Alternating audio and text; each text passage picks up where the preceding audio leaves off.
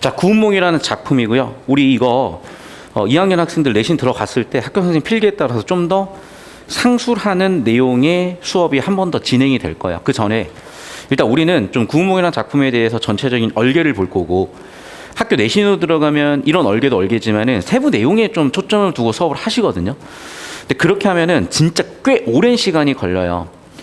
그렇다고 진짜 모든 작품을 그렇게 하면 진짜 끝도 없이 해야 되거든. 자, 그래서 그 부분은 여러분 현장 내신에 맞춰가지고 제가 자세히 다뤄드릴 거고, 3월 둘째 주부터 학교 시험 범위, 학교 선생님 특성이 나오기 때문에 그에 맞춰가지고 교과서 자료를 놓고 좀 더 자세히 보는 시간을 가질 거예요. 일단은 작가론이 중요한 작품인데 왜 그러냐면, 조선시대 한글 소설은 거의 없어요. 읽기가 힘들어요. 왜? 기본적으로 글을 쓸 수 있다라는 거는 배운 사람들이고 관료거나 뭔가 실력이 있어야 되거든, 그 시절에 있어서. 그럼 그 사람들은 일하기 바빠요. 쓰더라도 한문 소설을 쓰겠죠. 그러니까 일단 첫 번째, 한글 소설 자체가 되게 희소하고 있다면은 되게 좀 별로야. 엉망진창이야. 그래서 문학적으로 좀 가치도 낮고, 다 그렇다는 게 아니라 그중에 괜찮은 걸 우리가 보고 배우는 거겠죠. 그런데 얘는 왜 괜찮았냐? 일단은 아버님께서 되게 일찍 돌아가셨어요. 그래서 어머님이 되게 엄하게 가르치셨으나 그걸 되게 큰 사랑이라고 받았고, 그래서 정말 바쁜 와중에도 어머님 보시라고 한글 소설을 지은 거예요. 그러다 보니까 이 사람이 되게 특이했던 게, 노론이면 그 시절에 주류 정치 집단이었던 거고, 그러다 보니 당연히 그 시절의 통치 질서인 유교적 가치관을 베이스로 소설을 써야 되는데, 불교적 가치관을 베이스로 소설을 쓴 이유가, 그 시절에 또 어머님께서는 그 시절에 여인들은 불교적 가치관으로 살기도 했었고 동시에 한글 문화를 했었거든요. 그러니까 이게 주류의 사람이었는데 비주류적인 문화를 다뤘기 때문에 그 부분이 문학사적 가치가 높다라고 하는 거거든. 그러니까 예를 들면 이런 거지. 우리가 내가 오늘 치킨 내내 치킨 시켜 먹는 거 아무도 관심이 없어. 그런데 이재용이 깜빵에서 나와서 내내 치킨 시켜 먹으면 그게 다 뉴스인 거야. 무슨 얘기인지 알겠어요? 약간 그런 느낌이라고 보시면 돼요. 그래서 다시 한번 얘기하자면 되게 주류고 잘 나가던 사람이 비주류의 문화를 다루는 것 자체가 특이해서 문학사적 가치가 높아서 다루게 됐다 보시면 되겠고, 그러다 보니까 대략의 스토리를 설명하면 여기 나머지 내용들은 정리가 될 거예요. 자, 그 시절에 이제 불교적 가치관으로 살았겠죠, 사람들은. 그래서 육간대사라는 되게 깨우침이나 깨달음이 높은 사람이 있었고, 그 한 명이 성진이라는 수도승이 있었는데, 이제 잔치 정리를 하고 나서 용왕한테 육간대사가 답례를 보냈어요. 갔다 오는 길에 8선녀가 있었고 서로 이제 재밌게 놀았어요. 놀고 나서 회의를 느끼면서 잠을 자고, 육간대사는 이제 제자를 위해서 얘를 꿈속에서 이런 스토리를 겪게 한 거죠. 그래서 샵 넘버 1, 2, 3, 4 흐름은 뭐냐면 큰 스토리텔링이에요. 그러니까 여러분 이 틀을 얼개를 잡아놓으면 잘 안 헷갈려요. 근데 이렇게 중간에 꿈에 들어갔다가 깨는 소설은 인물들도 많이 나오고 구조도 복잡해서 우리가 흐름을 놓칠 수가 있다고. 그래서 다시 한번 얘기하지만 초반부에 세팅했죠. 성진이는 수련하는 스님이야. 스승을 육간대사로 모시고 있어요. 그리고 육간대사 스승님이 너 용궁 좀 갔다 와라. 오는 길에 8선녀랑 놀고 나서 회의를 느끼고 너 좀 깨우쳐야 되겠는데 꿈속에서 양소유라는 사람으로 태어나요. 영웅이었고요. 권력과 명예와 부를 다 갖췄겠죠. 노년에는 행복한 가족, 원하는 거 다 이뤘을 거예요. 그런데 허무함을 느끼고 있는 거예요. 그때 다시 육간대사가 꿈속에서 노승으로 나타나서 양소유를 잠을 깨게 만들고, 양소유는 그때 스승 깨달았습니다. 아니야, 너 다시 깨우쳐 해서 깨우침이 2번 나오는 구조예요. 됐습니까? 그래서 흐름은 크게 6개로 보시면 되겠어요. 다시 한번 초반부 세팅, 영궁 갔다 오는 길에 8선을 만나서 놀다가 회의를 느끼고 양소유로 꿈에서 누릴 거 싹 다 누리고 깨봤더니 씨발 꿈이었네. 스님 한번 깨우쳤어요. 아니, 너 충분히 못 깨우쳤어. 3번 더 깨우치고 끝. 이 흐름을 잡아주시면 되겠어요. 결국 그럼 주제는 뭐냐? 불교적 가치관이야. 불교적 가치관이 왜 인생무상이 되는 거냐면 설명을 좀 할게. 그러니까 약간 불교적 가치관은 우리 영화 매트릭스 알아요? 약간 그런 느낌이야. 통 속의 내 같은 느낌이야. 우리가 느끼는 이 감각이라는 것도, 우리가 느끼는 정보라는 것도 옛날에는 무슨 실체가 있다고 생각을 했어요. 그런데 결과적으로 현대에 와서는 일단 현재까지는 신경세포 뉴런들, 그리고 그 신경세포들이 서로 전기신호를 주고받고, 전기신호를 주고받을 수 있는 물질들을 뿜어내고 수용하고, 그 과정에서 의식이라는 게 생기고 생각이라는 게 생기고 감정이라는 게 생겨나는 거고, 우리의 기분도 다 호르몬 작용이라는 게 이미 다 밝혀진 거거든. 그럼 생각을 해봐. 되게 이게 어떻게 보면요, 우리는 뭔가 되게 중요하다고 생각을 하죠, 우리 감정에 대해서. 근데 단순히 생각을 하면요, 기분 좋아진 호르몬 꽂으면 기분이 좋아져 버리는 거야. 기분 나빠진 호르몬 꽂으면 기분 나빠지는 거야. 그러니까 우리가 의식을 가지고 우리가 우리 삶을 주체적으로 살고 있다고 생각을 했으나 실질적으로는 그냥 우리도 하나의 기계였던 거고, 물질을 넣냐 안 넣냐에 따라서 기분이 달라지고 생각도 달라진다? 도대체 인간이라는 존재는 뭐지? 그리고 결국 죽으면 부든 명예든 나의 권력이든 업적이든 다 의미가 없어지는 거 아니야? 이런 고민들을 불교는 수천 년부터 했던 거야. 그리고 불교적 가치관에서는 그 나름의 답을 이미 다 가지고 있어요. 근데 문제는 뭐냐면, 이게 말로 설명한다고 우리가 갑자기 미분을 할 수 있게 되는 게 아니잖아. 말로 설명한다고 갑자기 적분할 수 있게 되는 게 아니잖아요. 미분이라는 아이디어를 배우고 연습하고 응용 문제를 푸는 과정에서 그게 체화가 되고, 완전히 체화된 사람은 30년, 40년 지나도 풀 수 있어요. 그런데 어정쩡하게 체화가 된 사람은 20년, 30년 지나면 다 까먹고 미분 문제 못 푸는 그런 느낌인 거야. 자, 그래서 무슨 얘기냐? 우리가 인생을 살면서 그런 과정 단계가 있어. 현대화선에 예를 들면 매슬로우의 욕구 5단계 이론이라는 게 있어. 그러면 뭐 생리적 욕구, 안전의 욕구, 뭐가 있었지? 존중의 욕구, 뭐 자아 실현의 욕구, 이런 욕구들이 그 아래 단계 욕구들이 충족이 돼야 윗 단계 욕구들이 충족이 되는 거거든. 그러면 최종 단계에 가서는 인간은 대체적으로 비슷한 감각을 느끼거든요. 역사적으로든 뭐로든. 그런데 일단 당장 내가 먹고 사는 문제가 급하면은 이거 알 바가 뭐야? 인생 무상이고 뭐가 없어요. 당장 내가 선생을 살기 바쁘지. 그래서 결국에는 뭐냐? 옛날 사상이나 지금의 우리의 사상이나 옛날 삶이나 지금의 삶이나 인간이 유기체라는 게 근본적으로 변하지 않았기 때문에 인간의 의식의 발달 단계도 비슷하고, 결국에는 수천 년 전이나 500년 전이나 지금이나 인간은 살다 보면 인생 무상이라는 걸 결국 느끼거든요. 근데 문제는 인생 무상에서 끝나는 게 아니에요. 그러니까 이게 말로 설명하기 어렵고, 말로 설명이 되더라도 여러분이 아 뭔가구나라고 그 느낌을 딱 잡아내는 게 있어. 예를 들면 내가 뭐 되게 비싼 요리 중에 뭐 캐비어가 들어간 요리가 있을 수가 있고, 뭐 송로버섯이 들어간 요리가 있을 수가 있어. 근데 그 맛에 대해서 내가 백날 말로 떠든다고 여러분이 그거다라고 못 느낄 거 아니야. 그냥 입안에 한번 딱 넣어봐야지 아 이거구나라고 느낄 거고, 두 번째, 처음 맛보는 맛은 뭔지도 몰라요. 맛을 보다 보면 아 이게 이 맛 때문에 먹는 거구나라고 느낄 수가 있는 거거든. 그런 거라는 거야. 그래서 다시 한번 얘기하지만 우리가 경험을 통해서, 지식을 통해서 그 과정에서 성장을 해나가는 거지, 한 번에 배웠다고 바로 딱 하고 깨우쳐지는 건 아니라고요. 근데 어쨌든 우리가 고등학교 때 이런 작품들을 배우면서 뭔가 생각의 씨앗을 심어두고 여러분 평생을 걸쳐서 그 씨앗들이 어느 순간 큰 나무로 성장해 있고, 아 이게 이거였구나라고 깨우칠 수 있으면 문학교육적 목표는 다 달성이 된 거고. 자, 그러면 이제 다시 내신 대비로 디테일을 잡는 건요, 다시 한번 얘기하지만 전문을 보면은 한 5시간 걸려요. 분석적으로 다 보자면. 그럴 수는 없고, 일단 출제 가능성이 제일 높은 게 얘거든. 왜냐하면 수능이 한번 출제가 됐었고, 그럼 이 부분을 선생님들이 주목하시거든요. 그래서 이 부분을 내신에서 가장 중요하게 다루는 영역이기도 할 테니까 이 부분을 좀 자세히 돌아보도록 할게요. 됐죠? 자, 그럼 봐봐. 초반부에 소설이니까 인사배 세팅을 잡고 갈 거예요. 자, 그럼 봐봐. 일단은요, 인물 사부 노승이죠. 그런데 그 노승의 답이 이래. 그럼 어떤 상황이냐? 노승은 양소유를 알고 있고,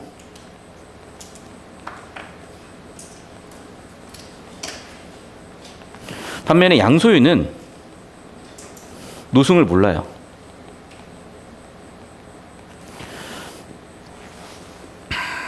그런데 양승상, 양소유가 다시 보니까 어디 본 것 같다. 낭자를 보면서 얘기했어. 근데 봐봐, 이 낭자는요, 아까도 얘기했지만 8선녀 중에 한 명이야. 8선녀의 환생, 꿈속에서의 모습 중 하나야. 그래서 기억이 나는 듯 하는데 이거는 꿈속에서의 기억이죠. 노승이 웃겨요. 왜? 너 정말 모르는구나 라고 하면서. 그러면서 대사를 주고받는데 지금 노승의 정보와 양소유의 정보가 다른 거야. 그러니까 노승은 거기에 대해서 웃는 반응을 보이는 거고, 소유는 망연자실한 반응을 보이는 수밖에 없는 거죠. 그리고 하나 더, 지금 보면은 여기는 대화긴 하지만 집약적으로 제시가 돼 있어요. 왜? 양소의 본인이 16세부터 지금까지의 스토리니까 수십 년의 역사, 자신의 삶을 고작 몇 문장으로 표현했잖아요. 그래서 다시 한번 얘기하지만 일반적으로 대화는요, 사건의 흐름이 지연된다고 표현을 해. 근데 이런 속도가 굉장히 빠른 거야. 잘 들어. 개념은 첫 번째 좀 정리할게요. 대화를 하게 되면, 즉 쇼잉을 하게 되면 사건 전개가 지연되거든요. 내신 대비야. 그런데 여기 같은 경우는 지금 수십 년의 삶을 한 방에 표현하고 있잖아요. 그러니까 쇼잉이지만 예외적으로 여긴 특이하게 사건 전개가 속도가 매우 빠르다요.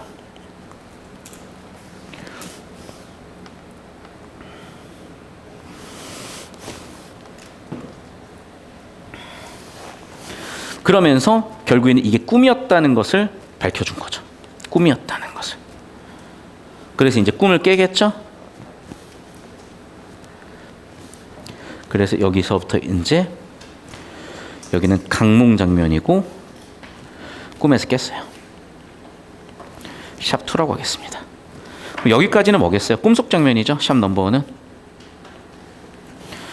그래서 다시 한번 얘기하자면 주 스토리는 꿈 깬 이후 또는 꿈에 들어가기 전이고, 꿈속 장면이 중간에 들어가 있고 액자처럼 들어가 있다고 해서 액자식 구성이라고 하는 것도 여러분 다들 알 거예요.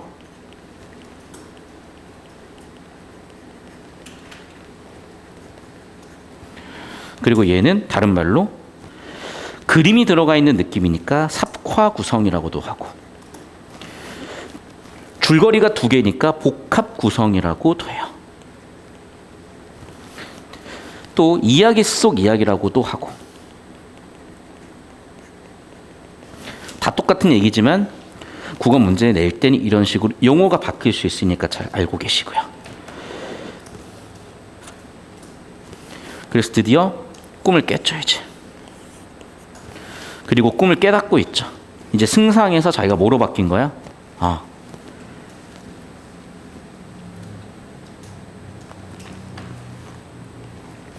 꿈에서 깼음을 깨달았죠. 화상이에요. 그러니까 즉 수련하는 스님이라고요. 그리고 내가 성진행자였구나, 내가 성진이라는 이름을 갖고 있는 수도승이었구나라는 걸 깨달았어요. 그럼 지금까지 있었던 얘기가 전부 다 꿈속 이야기인 거죠. 그래서 이제 전부 다 깨우친 거죠. 내가 맨 처음에 내가 여기다 써드린 대로 샵 넘버 1, 2, 3까지 온 거예요, 이제. 그리고 드디어 어떻게 됐어? 샵 4, 꿈속에서 겪은 일들이야. 그래서 꿈속에서는 아들로 태어나서 장원 급제를 해서 높은 관직을 하고, 그래서 공을 세우고, 그리고 아주 지체 높은 공주와 결혼을 하고 미녀들과 더불어 행복하게 살았던 그것들이 사실은 생각해 보니까 전부 다 뭐였던 거예요? 꿈이었던 거죠. 비슷한 얘기를 일론 머스크도 한다니까. 가상세계로 우리가 들어갈 수 있으면 가상세계로 안 들어갈 사람이 누가 있냐는 거야. 맞지? 왜? 가상세계에서는요, 내가 원하는 난이도, 겪어보고 싶은 환경을요, 다 기억을 잊고 들어가서 겪어볼 수 있다면 누가 안 겪어보겠어요? 그럼 우리가 인류가 지금 50억이라고 할게요, 인구가. 그럼 가상세계는 50억 개가 존재하는 거야. 그 현실세계 한 개야. 그러면 내가 지금 살고 있는 이 현실일 확률은요, 50억 1분의 하나밖에 없는 거지. 그래서 매우 높은 확률로 가상세계일 확률이다 라고 주장을 하는 거예요. 그리고 불교는 수천 년 전부터 그런 얘기를 사실 하기도 한 거고, 뭐가 맞는지는 모르죠. 하지만 이제 우리의 어떤 생각과 관념을 좀 바꿔줄 수 있는 거고, 인터스텔라는 영화가 왜 대단한 거냐면 우리는 시간이 흐르는 거라고 생각을 하잖아요. 그런데 봐봐, 5차원 존재가 보잖아. 시간 흐르는 게 아니야. 자, 예를 들면 봐봐, 우리가요, 예를 들면 유튜브를 본다고 치자. 유튜브에 예를 들면 웹 드라마 아무거나 쳐볼게요. 웹 드라마 아무거나 쳐봤고, 동기념 없는 진규 창규 뭐야 이거? 네? 안 봐요. 안 보니까 그냥 아무거나 뜬 거예요. 그냥 뜬 거야. 나 아무 관심 없어. 조우제 보자, 조우제. 예를 들면 동기랑 문창규 이런 거 한번 봐볼게요. 봐봐. 여기 있는 등장인물들의 본인들이 의식이 현실이라고 생각을 해볼게요. 그럼 여기 있는 여자 주인공은 지금 카페에서 이렇게 뭐 누굴 기다리는지 만드는지 하면서 이렇게 지금 이게 자신의 현실이라고 생각하고 살 거 아니야. 근데 봐봐. 나 같은 봐봐. 좀 여러분 보세요. 여기 있는 지금 화면이잖아. 2차원이죠. 시간축이니까 3차원 시대, 3차원 공간 안에 살고 있는 사람들이야. 다시 평면이죠. 그리고 시간축이라는 여기 보이지? 이 빨간 축을 시간축이라고 해볼게. 그러면 X축, Y축 공간에 평면으로 존재하는 인간들이 3차원이라는 시간축 위에서 살고 있고 지금 17초가 지나가고 있을 때 앞으로 일어날 미래를 모르고 있는 거야. 이 사람들은. 맞죠? 근데 나 같은 4차원 존재는 어떻게 할 수가 있어요? 시간축을 뒤로 바꿀 수도 있는 거야. 그러면 내가 미래에 일어날 일도 알 수 있는 거고 다시 내 의도에 따라서 과거로 돌아갈 수도 있는 거라고. 이렇게 설명을 해요. 이 설명을 하는 게 사실 인터스텔라라는 영화예요. 그러니까 되게 어려운 영화예요, 사실. 애들 데리고 가서 볼 영화가 아니야. 그리고 이 개념을요, 저도 불과 이해한 게 5년, 10년밖에 안 됐어요. 그러니까 이 양자역학 세계에서 얘기하는 4차원 이상의 시간축을 조절할 수 있는 그 개념을 제가 이해한 지 얼마 안 됐어요. 그런 느낌이야. 그래서 사실은 우리가 강한 유튜버들 보면 이거를 되게 쉽게 설명하는 사람들 되게 많거든요. 한번 참고해 보시고 다시 돌아올게요. 결국 여기서 얘기하고 싶었던 건 뭐야? 내가 너무 현실 감각이라고 느꼈었던, 현실적이라고 느꼈었던 꿈속의 이야기들이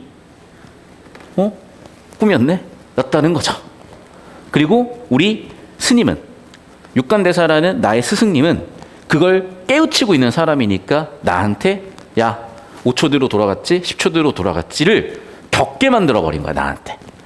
그러니까 한 차원 높은 존재라고 해석을 하면 가능한 거죠. 다시 돌아올게. 그래서 자, 그럼 여기는 뭐 하는 장면이요? 내신으로 봤을 때 꿈속 스토리 요약제시야. 여기는 텔링이죠. 서술하기, 들려주기, 이런 표현 방식을 써가지고 요약 제시하고 있는 거예요. 그러면서 나는 이제 그런 사건들에서 깨우쳤죠.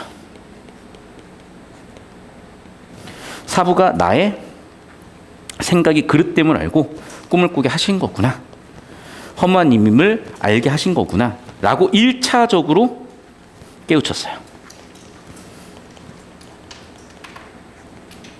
그래서 씻고 정신 차리고 가니까 제자들이 다 왔어요. 성진아, 느꼈냐? 자, 1차 깨달음이 이어지고 있죠. 그래서 뭐라 그래? 저 깨달았습니다, 스승님. 감사합니다라고 했어요. 그런데 봐, 대사가 뭐라고 했냐? 야, 네 좋아서 왔다 갔다 한 건데 뭐가 있겠냐?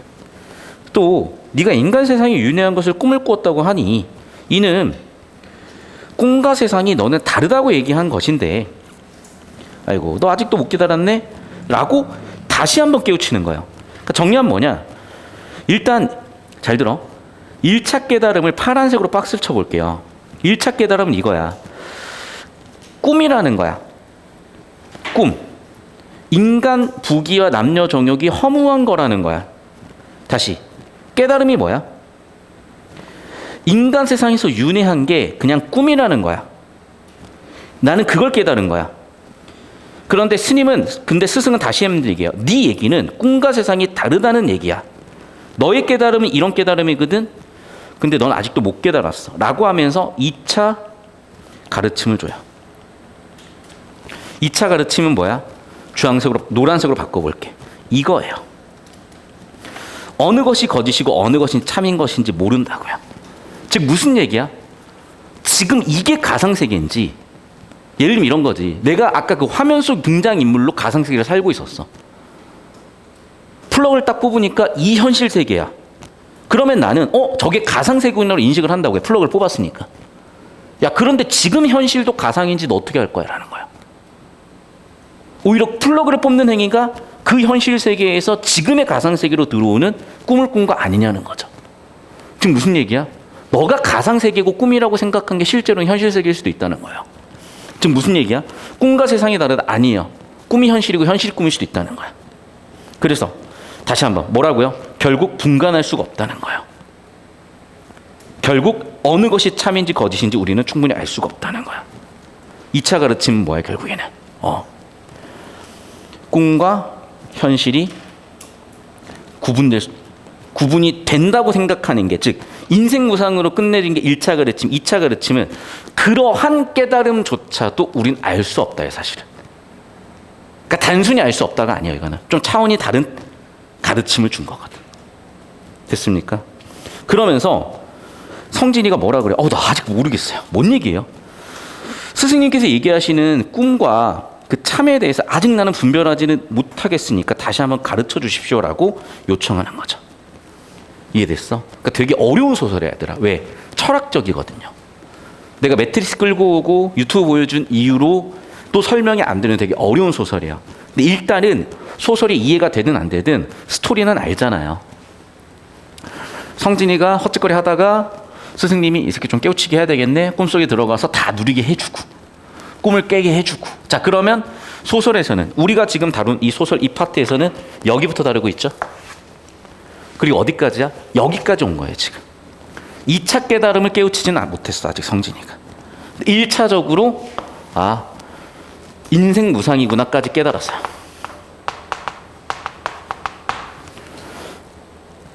허무한 거구나라고 깨달았어. 근데 그것도 아니라고 지금 스승님은 가르쳐주고 있어요. 그래서 노승이 잠에서 깨게 만들어서 1차 깨우침까지 왔고 2차 깨우침 과정 중에 끊긴 거야. 그래서 지금 텍스트로 나와 있는 부분은 이 부분이라고 생각하시면 됩니다. 되셨나요? 자, 그러면 이 정도 정보로 어쨌든 문제는 설계가 됐고 풀 수 있어요. 풀어보겠습니다. 48페이지.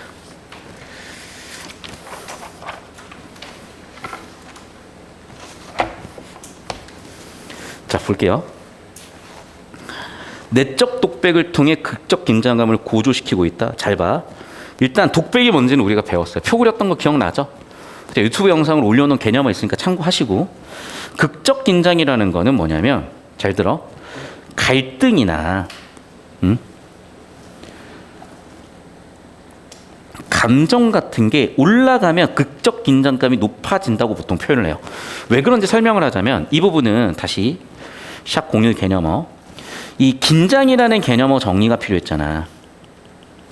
그럼 일단 긴장에서는 시적 긴장이 있었는데 이 시적 긴장은 긴장과 아무 상관이 없다 그랬었죠. 시적 긴장은 긴장이 아니야. 그냥 시적 긴장을 갈등이라고 보면 이거 미쳤다 그랬어. 내가 아무것도 모르는 거라 그랬고 이거 개념 설명했습니다. 근데 기억이 안 나는 친구들 위해서 오늘 시간이 남거나 필요하면 설명을 다시 하고 아니면 유튜브 영상을 꽂아 드릴게요. 두 번째, 긴장 중에 극적 긴장이 있어요. 극적 긴장은 뭘 얘기하는 거냐면 극장르가 만들어내는 반전 같은 거야. 그러니까 우리가 뭔가 발단이 됐어, 뭐 전개가 됐어, 위기, 절정, 결말, 이런 식으로 어떤 분위기 같은 게 높아졌다가 내려가잖아요. 그래서 극적 긴장이 고조된다는 거는 여기 이 극정으로 가는 게 극적 긴장이 고조된다고 얘기를 하는 거거든. 그러니까 갈등 양상이 높아지거나 반전 직전이거나 깨달음 직전이거나. 그러니까 얘도 지금 보시면 알겠지만, 저 따라와 보세요. 여기까지야 그저 그래요. 그런데 갑자기 양소유가 현실인 줄 알았던 게 꿈이 돼버리잖아. 그럼 완전히 반전 때렸잖아. 이렇게 극적 긴장이 고조되는 거예요. 그래서 이 작품에서는, 이 지문에서는 여기서 극적 긴장이라는 단어가 왜 들어왔냐. 잘 들어. 극적 긴장과 고조가 틀린 게 아니야. 극적 긴장과 고조는 맞아요. 근데 뭐가 틀렸냐면 내 쪽 고백이 틀린 거야. 어떻게 갔냐? 잘 들어. 강몽 장면을 통해 극적 긴장감 고조시키고 있다. 이건 맞는 선지예요. 알겠어? 그러니까 강몽 장면을 통해서 야 그게 꿈이었어라고 반전 때리는 거, 이런 게 극적 긴장을 높여주는 거야. 그러니까 지금 이 작품에서 이 반전 때리는 건 어떻게 들어온 거냐면 꿈이 아닌 줄 알았다가 이거 꿈이네라고 깨닫는 이 장면이 등장인물 입장에서는 어마어마한 반전이잖아.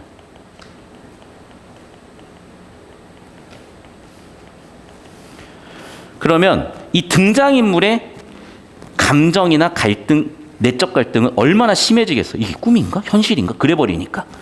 그래서 등장인물의 내적 갈등이나 감정 동요가 빡치고 올라가는 부분이라서 이런 부분이 극적 긴장감이 고조되는 장면인 건 맞아. 근데 그 장면은 어디라고? 꿈을 깨는 장면에서 그게 이루어진 거라고. 이게 꿈이었어? 이거라고. 내적 독백이 아니라. 아시겠어요? 두 번째, 여러분이 이걸 표면적으로 발췌독하면은 어떻게 보면 노승하고 양소유가 싸우는 것처럼 느껴지거든요. 왜? 봐. 여기서 보시면 알겠지만, 봐. 노승은 뭐라 그랬어? 박장대소하고. 너 총명하다 하냐? 이건 공격이잖아. 망연자실했고. 뭔 소리를 하시는 거예요?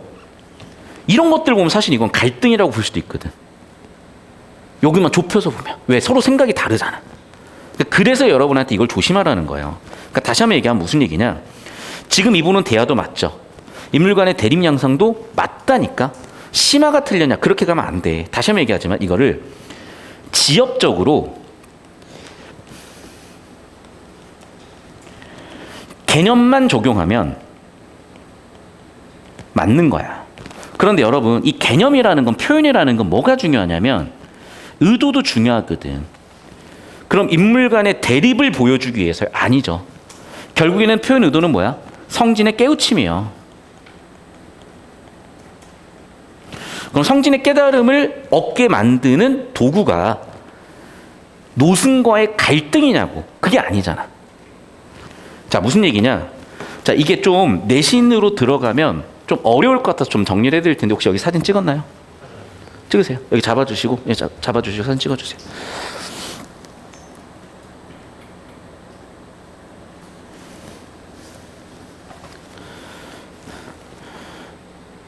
여기만 사진 찍으면 돼요. 찍었어요? 자, 여기 필기 하셨어야 되고, 잠깐 설명 좀 드리고 갈게요. 무슨 얘기인지. 지금 여기에서 출제된 포인트에서 핵심은 뭐냐면 이거야. 실제는 꿈이야. 그런데 주인공은 현실이라고 느끼는 거야. 그런데 노승이 나타나서 얘가 실제가 그리고 현실이 꿈임을 깨우쳐 주는 거죠. 이게 핵심 사건이거든. 그럼 봐봐. 지금 주인공 입장에서는요, 현실인 줄 알았던 꿈이 꿈이었다는 것을 깨닫게 되면, 첫 번째, 얼마나 내적 갈등이 심해질 것이고, 주인공의 내적 갈등. 왜? 혼란스러우니까. 그리고 주인공 입장에서 완전 반전 때리는 거죠. 이런 두 가지 요소에 의해서 극적 긴장이 고조되다고 하거든. 그러니까 1번 선제에 나와 있는 극적 긴장 고조라는 키워드는 나올 수 있는 키워드인데, 어떻게 오답 설계를 한 거냐?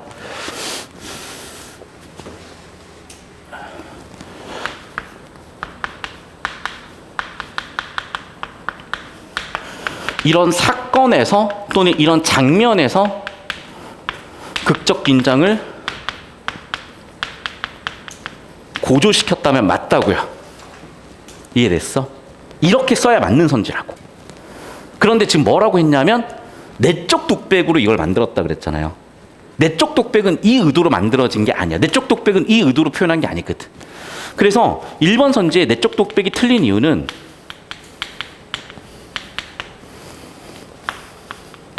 X 판정의 근거는 작가의 의도예요.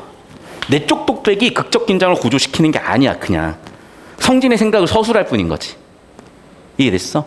극적 긴장 고조의 장치는 사건 장면의 제시예요. 강몽 장면의 제시라고. 다시 한번 얘기하면은, 선지는 뭘 묻고 싶은 거냐? 지금 극적 긴장이 고조되는 요소는 뭐야? 강몽 장면의 설계예요. 너 이거 알겠어? 라는 거라고. 그러니까 내적 독백도 있고 극적 긴장 고조도 있는데 두 개 관련성 없다는 거 알겠어? 이걸 묻고 싶은 거야. 그 맥락이 2번 선지예요. 그 맥락이. 자, 대화도 있죠. 그냥 대화의 정의와 갈등의 정의만 놓고 보면은 2번 선지도 만든 선지처럼 보인다니까. 그런데 봐봐. 대화를 시켜주는 이유는 뭐야? 그래, 이 사건 장면에 쓰이는 게 대화잖아요. 그러니까 대화를 통해서, 즉 장면을 통해서 극적 긴장을 높이고 있다니까. 갈등을 보여주고 싶은 게 아니라, 인물 간의 갈등이 아니야. 인물 간의 갈등은 없어요. 왜? 한쪽이 수용적으로 깨달아 버리잖아. 지금 노승과 소유, 현실에서는 육관 대사와 성진, 이 두 사람의 갈등은 없어요. 다시 한번 얘기하면 둘의 갈등은 없다고. 뭐가 있어? 일방적인 가르침이 있는 거예요. 사사가 가르친다는 거야. 은사님 할 때 그 사자야. 내려준다. 가르쳐주는 거예요. 일방적으로 가르침의 관계인 거지 갈등 관계가 아니라고. 알겠어? 선생님 그럼 갈등하고 가르치는 게 뭐가 다른데요? 다시 한번 얘기하지만 갈등이라는 거냐 둘의 생각이 다르고 충돌이 있고 그런데 그 충돌이 다시 한번 얘기하지만 그 충돌 자체에 초점을 줄 때야. 그런데 여기는 충돌 자체에 초점이 아니라 결국 가르침까지 나갔잖아요. 그러니까 둘이 싸우고 생각이 다르고 끝났으면 갈등이 맞아. 그런데 갈등에서 끝난 게 아니라 결국에는 갈등에서 여기까지 나갔잖아. 그러니까 이쪽으로 봐야 된다고. 이 의도로 봐야 된다고요. 글 쓴 사람의 의도 자체를. 그러니까 자꾸 내용 유무로 보게 되면 갈등도 있는데 이렇게 된다고. 그러니까 내용 일치 의도가 아니라고. 의도 파악이라고. 의도 파악을 하면 어떻게 돼? 단순히 갈등을 얘기하고 싶었던 게 아니라 야 가르침까지 갔구나. 갈등이라는 것도 결국에는 가르침의 요소구나. 결국에는 갈등 유무로 판단할 게 아니라 가르침까지 너희가 판단을 해서 주제 파악을 했고 그래야 결국 이 글 쓴 사람의 의도 가장 적절한 걸 판단할 수 있을 테니 이런 식으로 오답 설계를 했다는 거예요. 됐죠? 자, 3번 선지는 정답이죠. 왜? 제일 중요한 게 뭐야? 장면 전환이잖아. 그러니까 역시 이게 가장 가치 높았기 때문에 얘를 가지고 정답 설계를 한 거고 그건 뭐예요? 강몽의 장면을 묘사를 통해서 표현하고 있으니 얘는 틀릴 수가 없는 거죠. 구체적 시대상황 모르겠어요. 서술자 개입도 모르겠어요. 그럼 정답은 3번인 거고 1, 2번에서는 정답 3번으로 가기 전에 여러분을 속아내려고 설계를 딱 한 거야. 그러니까 10년 전 수능 문제잖아. 이때는 그랬어. 이때는 개념 가지고 애들을 속아내려고 했었기 때문에 그때는 개념이 중요했고 이때의 느낌을 가지고 내신에 살리는 선생님들 시험이라면 이런 느낌까지 가주시면 괜찮을 겁니다. 계속 보시죠. 당연히 등장인물, 소설이니까 중요하죠. 자, 성진은 당연히 육관대사 가르침 따르려고 하는, 배우려고 하는 인물이고 노승의 역할은 양소율과 깨우치게 하는 사람이고 결국 성진이는 깨달음을 얻게 됐죠. 함께는 모르겠어요. 정답은 4번이네. 그리고 성진은 아 이렇겠구나라고 지금 자신의 삶을 성찰하고 있잖아. 결국 뭐야? 인물과 인물에 엮여있는 사건들을 파악하면 같이 깬 게 아니라 혼자 깼다는 게 보일 것이고 정답은 4번이 보일 텐데 함께라는 단어만 틀렸다 이렇게 발표하기는 쉽지 않다니까. 전체적인 스토리를 이해했을 때는 양소유는 양소유대로 팔랑자는 팔랑자대로 특히 양소유는 누가 노승이 와서 꿈을 깨게 해준 거니까 양소유만 꿈을 깬 거죠. 이해됐어? 무슨 얘기인지?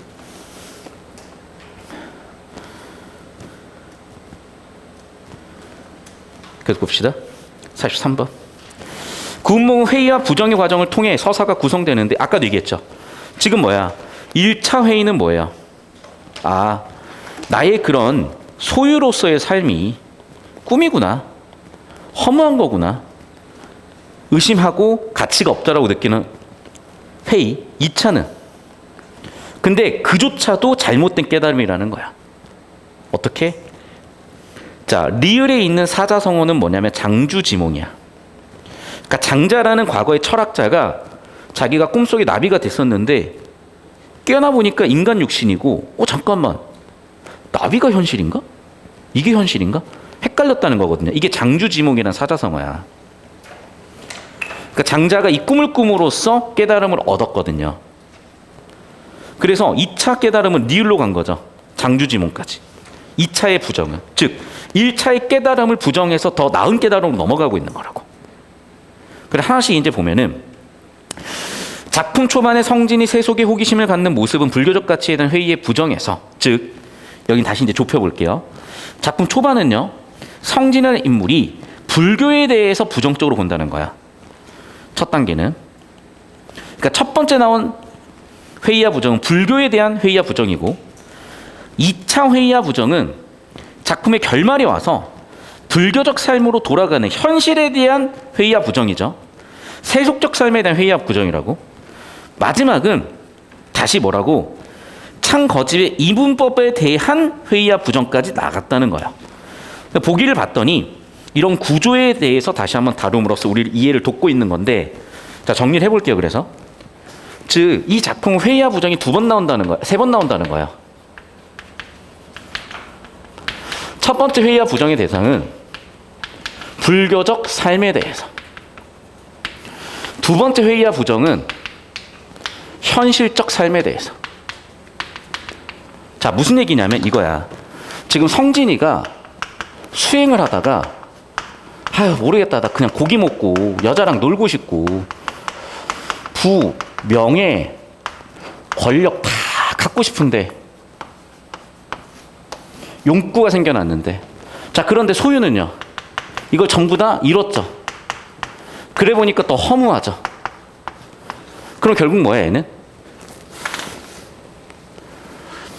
수행이라는 불교적 삶에 대해서 아 별론데 라고 회의와 부정을 하고 있고, 두 번째, 소유는 또 현실에서 다 잃었잖아요. 세속적인 삶을 다 잃었잖아.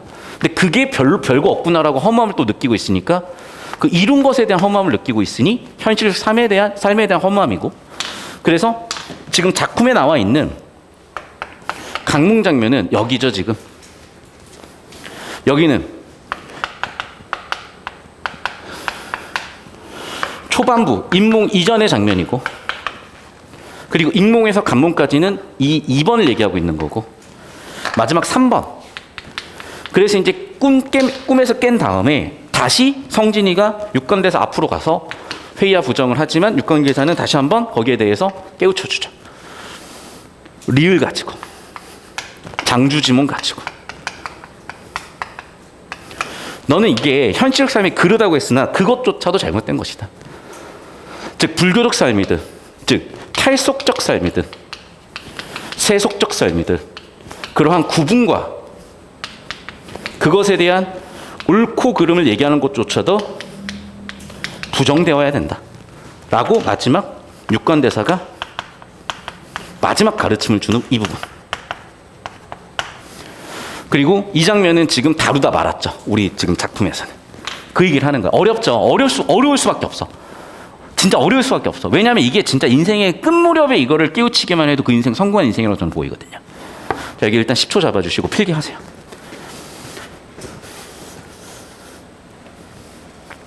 필기하고 여기 오면 줄글로 읽으면 또 이해가 될 거야. 10초 필기하고 오세요. 사진 찍어 올려주시고요.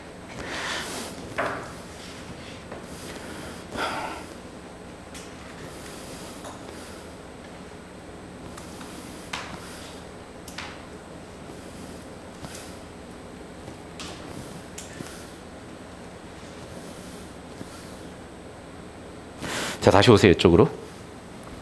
자, 첫 번째는 성진이가 좀 나 고기도 먹고 여자들랑 놀고 싶고, 즉 불교적 삶에 대한 회의와 부정을 했죠. 육관대사가 보고 오케이 꿈꿔 한번 꿔봐. 그래서 두 번째 회의와 부정은 양소유가 돼서 이룰 거 다 이루고 노년에 이게 무슨 의미가 있지? 라고 회의와 부정을 하는 장면. 그리고 깨우쳐 일어나 보니까 맞네, 이거 현실적인 삶 별로가 없구나, 인생 무상이구나, 부귀 영화 다 필요 없구나, 스님 저 깨달았습니다 까지가 현실적 삶에 대한, 즉 세속적 삶에 대한 회의와 부정이라고요. 그 말을 듣고 육관대사가 얘기하잖아. 너 아직도 못 깨달았다고. 이해됐어? 그 샵2 불교적 삶을 다시 택하고 세속적 삶에 대한 회의와 부정은 여기에요. 1차 깨달음. 인간사 의미 없다. 저 깨달았습니다. 인간사 의미 없다는 걸 깨달았습니다. 인간사 의미 없다는 걸 깨달았습니다. 그랬더니 육관대사가 또 뭐래? 틀렸어. 이게 세 번째 회의와 부정이라고. 됐어? 그러면 보기를 기준으로 정리하잖아요. 이렇게 합시다. 보기를 기준으로 정리하면 이게 뭐라고? 여기다 지우고 써. 여기가 뭐라고? 3차 회의와 부정이라고.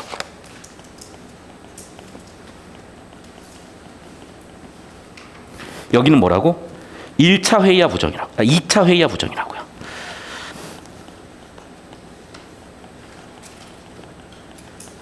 그러면 작품 이전에 1차 회의와 부정이 있었겠죠. 이 한 10년 전에서는 그래서 이렇게 보기가 작품 어려운 난이도의 설계를 보여주는, 좀 풀어주는 그런 역할도 했었어요. 옛날에는 이렇게. 그래서 1차 꿈으로 들어가기 전에 회의와 부정, 2차 꿈에서의 회의와 부정, 3차 꿈에서 깨고 난 뒤에 회의와 부정. 됐죠? 정리하면 임몽 이전, 꿈속 장면, 그리고 강몽 시점, 마지막 강목 이후. 이렇게 구조 분석도 가능하다는 거예요. 그러니까 왜 자꾸 이런 거를 정리를 시키냐면 이제 문제들에서 자꾸 건드려요. 특히 수능 문제들에서 이런 거를. 그러면 좀 여러분한테 이런 거를 가르치려고 생각하시는 선생님들은 이런 게 자꾸 보여. 눈에 밟혀. 대신에 낼 수밖에 없어요. 그리고 이미 수능은 이거 이상으로 넘어갔기 때문에 수능 대비는 목요일날 수업 잘 들으시고. 그러니까 당연히 묻겠죠. 내가 토본을 정벌했어? 그럼 언제 얘기야? 꿈속 얘기잖아요. 이후 얘기죠. 이후. 맞잖아. 기억은 꿈속 이후니까 첫 번째 회화 부정 이후. 정답 1문 끝이죠. 그러면. 됐어요? 그러니까 정확하게 잡고 있으면 틀릴 게 없어. 근데 애매하게 정확성을 놓치고 잡고 있으니까 틀리는 거예요. 필기 잘 하시고 정리 잘 하십시오.